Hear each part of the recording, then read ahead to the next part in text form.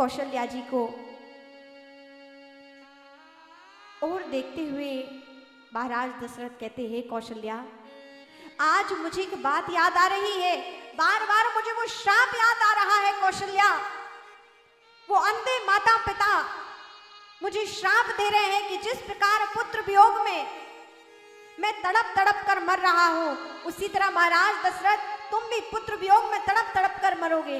श्रवण कुमार के माता पिता हमें श्राप दिए थे, वही आज श्राप मुझे बार बार याद आ रहा है।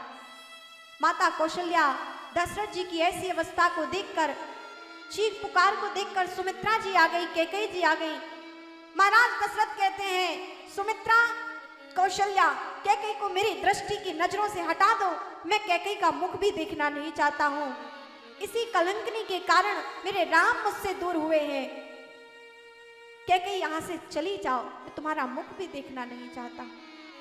अब कैकेयी जी अपनी उस विरह भावना को कैसे प्रकट करे कि राम के लिए जो त्याग किया है वो महाराज दशरथ भी नहीं समझ सकते हैं। भगवान के लिए कैकेयी जी अपने पति का ऐसा विरोध, पति का ऐसा व्यवहार मां कैकेयी कैसे सहन कर सकती हैं। कौन जाने कैकेयी की उस विरह भावना को। कैकेयी जी उस समय तो महाराज दशरथ के सम्मुख से हट गई। कैकेयी जी एक और खड़े होकर महाराज दशरथ के लिए प्रार्थना करती हैं, महाराज आप ऐसे ना हो। कौशल्या जी को पकड़ते हुए महाराज दशरथ कहते हैं, कौशल्या अब देखो मुझे ऐसा लगता है कौशल्या कि मैं अपने राम से प्रेम नहीं करता हूं। अब कैकेयी जी अपने आप के भाग्य को कोस रही हैं कि हे विधाता तूने कैसे मेरी भाग्य को लिखा है। मैं जानती हूं पर कम से कम मेरा राम तो ठीक है ना, मेरे राम के कार्य में सहायक तो मैं बनी ना।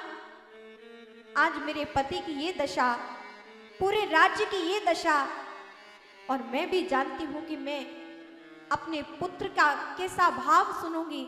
मेरा पुत्र भी कभी मुझे मां कह के नहीं पुकारेगा। मेरे पति ने मन ही मन मेरा त्याग कर दिया है। इस भावना से दुखी है कैकेयी जी।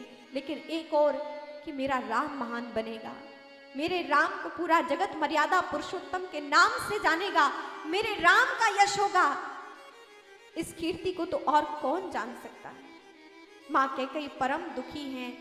भगवान राम के अलावा मां कैकेयी के इस त्याग को और कौन ही समझ सकता है, कौन जानता है। मां कैकेयी एक और खड़ी विह्वल हो रही हैं।